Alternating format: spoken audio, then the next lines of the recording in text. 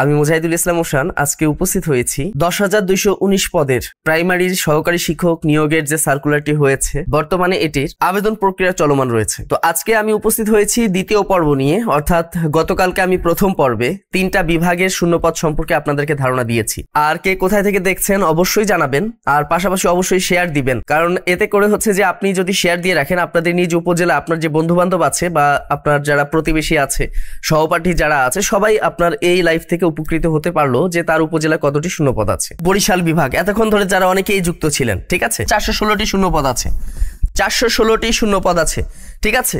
এরপর দেখেন মেহেরপুরে আছে 82টি, আচ্ছা মেহেরপুরে হচ্ছে 82টি শূন্যপদ আছে মেহেরপুরে। এরপর দেখেন অগলঝাড়াতে আছে 29টি, গৌরনদী 34, উজিরপুরে দেখেন 53টি, বানারীপাড়ায় আছে 35টি, বাকেরগঞ্জে আছে 57টি, বাবুগঞ্জে দেখেন 41, মুলাদিতে 48, মেহেন্দিগঞ্জে 40 এবং হিজলাতে আছে 32। এ হলো টোটাল 416টি শূন্যপদ আছে। পিরোজপুর জেলা, এখানে শূন্যপদ আছে 318টি। পিরোজপুর সদরে আছে দেখেন 46টি শূন্যপদ আছে, পাশাপাশি দেখেন কাউখালীতে আছে 31, নাজিরপুরে বেশি আছে, নাজিরপুরে সব থেকে বেশি আছে 65টি শূন্যপদ আছে এখানে, ঠিক আছে। এরপর দেখেন যে ভান্ডারিয়াতে আছে 49টি, এরপর দেখেন নেসারাবাদে আছে 33টি, ইন্দুরকান্দিতে আছে 40টি এবং মঠবাড়িয়াতে আছে 54টি।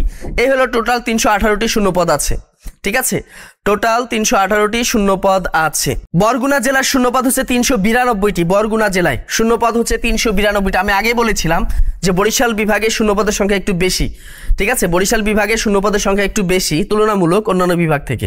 এরপর দেখেন বরগুনা সদরে আছে 119টি, বরগুনা সদর, বরগুনা সদরে বরাবরই আপনারা দেখেছেন বরগুনা সদর প্রত্যেক বাড়ি, ঠিক আছে, প্রত্যেক বাড়ি বরগুনা সদরের শূন্যপদের সংখ্যা অনেক বেশি থাকে, এর আগে আরও বেশি ছিল, এবার তো গত বছর নিয়োগ 2টা যে নিয়োগ হয়ে গেল এখানে একটু কমে গেছে আর কি।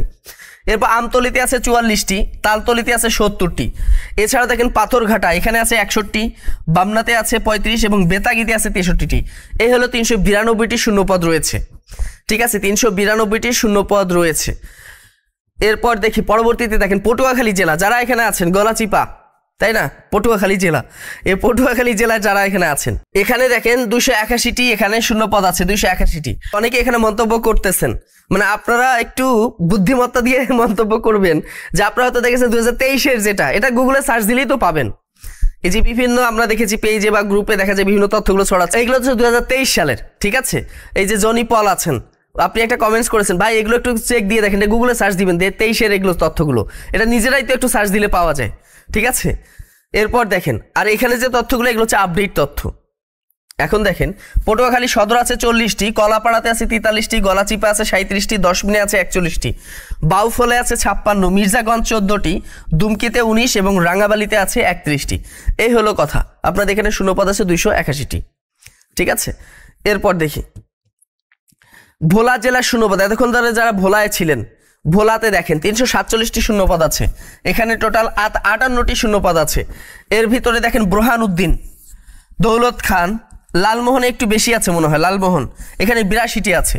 এছাড়া দেখেন তজমুদ্দিন উপজেলা, এখানে দেখেন 51টি আছে, চর ফ্যাশনে আছে 19 এবং মনপুরাতে আছে 34। এই হলো টোটাল 347টি শূন্যপদ আছে, ঠিক আছে।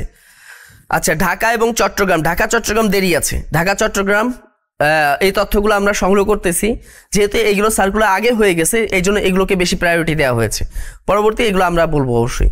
আচ্ছা এরপর দেখেন ঝালকাঠি জেলার শূন্যপদ, এখানে আছে 310টি, ঝালকাঠি জেলায় শূন্যপদ আছে 310টি। এর ভিতরে ঝালকাঠি সদরে একটু বেশি আছে 98টি, নলসিটিতে আছে 80টি, রাজাপুর এখানে আছে 70টি এবং কাঠালিয়া এখানে আছে 62টি।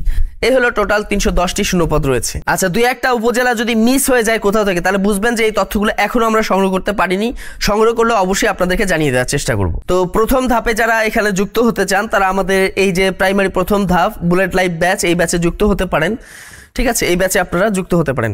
এখানে আমাদের 75টি ক্লাস আছে, রেকর্ডেড ক্লাসগুলো দেওয়া হবে, পিডিএফ ফাইল দেওয়া হবে, আপনাদের কেয়ার লাইভ নেওয়া হবে, 16টি অ্যাসাইনমেন্ট এখানে আপনাদের আছে, অ্যালামনাই গ্রুপ সার্ভিস আছে 24/7 এখানে সার্ভিস রয়েছে।